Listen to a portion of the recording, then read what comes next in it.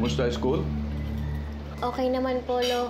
Kahit pa paano po, nakakasabay na po ako sa mga kaklase ko. That's good. How about you, Karen? Mugto na yung mata mo, ah. Baka napupuwit ka na sa kakaaral mo, ah. Hindi po yan sa pag-aaral na pupuyat. Sa guilt.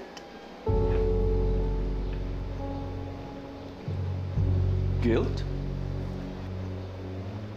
Bakit? Karen? Sir Nan, Bakit? nawawala yung diamond earrings ko. Nilagay ko lang sa bedside table natin eh. Sino naman kukuha nun? Hindi ko nga alam, basta nawala. Baka naman na-misplace mo lang. Ngayon lang yun nawala eh. Bakit hindi niyo po itanong kay Karen? Siya po ang nagpapasok ng magnanakaw dito. Ha? Umamin ka na. Kitang-kita ko, nagpapasok kayo ng nanay mo dito kagabi habang tulog lahat ng tao. Kasalanan niyo to eh.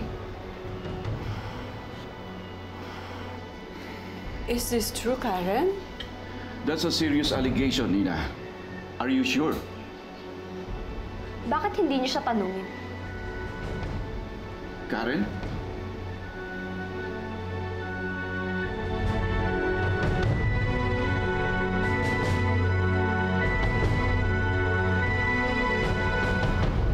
Good morning, everybody. Good morning. Good morning. Good morning, Lola. What's going on? Nawalan kasi ako ng diamond earrings dun sa bedside table ko eh. Sabi nila, may pinapasok daw sila Karen na magnanakaw. Oh my gosh, Lola. Seriously? Hindi totoo yan! Nagsisinungaling kanina! Hindi ako nagsisinungaling. Sinisiraan mo kami! Sinungaling ka!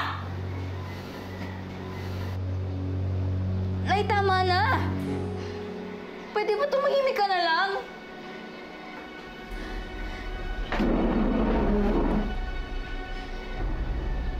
Opo, Lolo.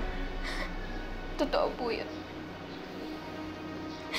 Meron pong pinapasok si Inay kagabi.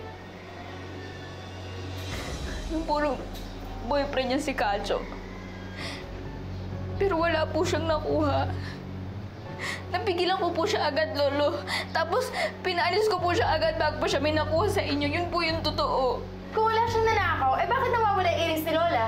Carla, pwede bang huwag ka na makisali? Ano wag makisali? Kuya, kasali ako dito. Safety ko kaya yung concern ko dito. Paano na lang kung yung guy na yun, Lolo, sa kwarto ko pumasok? Tapos, hinaras niya ako. Paano ako yung pinagnakawan niya? Lolo, hindi niyo ito pwede palagpasin. Kailangan umalis na silang dalawa dito.